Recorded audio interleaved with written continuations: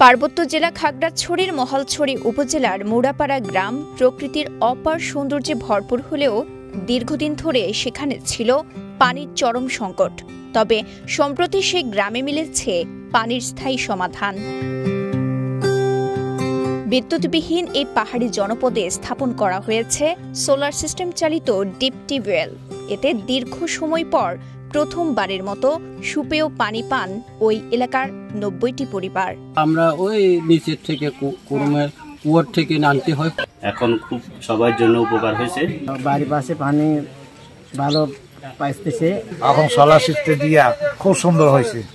গরম, শীত কিংবা বর্ষা যে কোনো সময়ে পানি সংগ্রহ ছিল এক ঝুঁকিপূর্ণ কাজ। পাহাড়ি দুর্গম পথ পাড়ি দিয়ে আনতে হতো পানি। এখন বিশুদ্ধ পানির ব্যবস্থায় দীর্ঘদিনের ভোগান্তি নিরসনে খুশি গ্রামবাসী। এখানে গ্রামবাসীরা অনেক খুশি যে ইউনুস স্যারকে আমার পক্ষ থেকেও গ্রামবাসীর পক্ষ থেকে অনেক অনেক ধন্যবাদ জানাই। উপজেলা প্রশাসনের এমন উদ্যোগে স্বস্তি ফিরে এসেছে মুড়াপাড়ার বাসিন্দাদের মাঝে।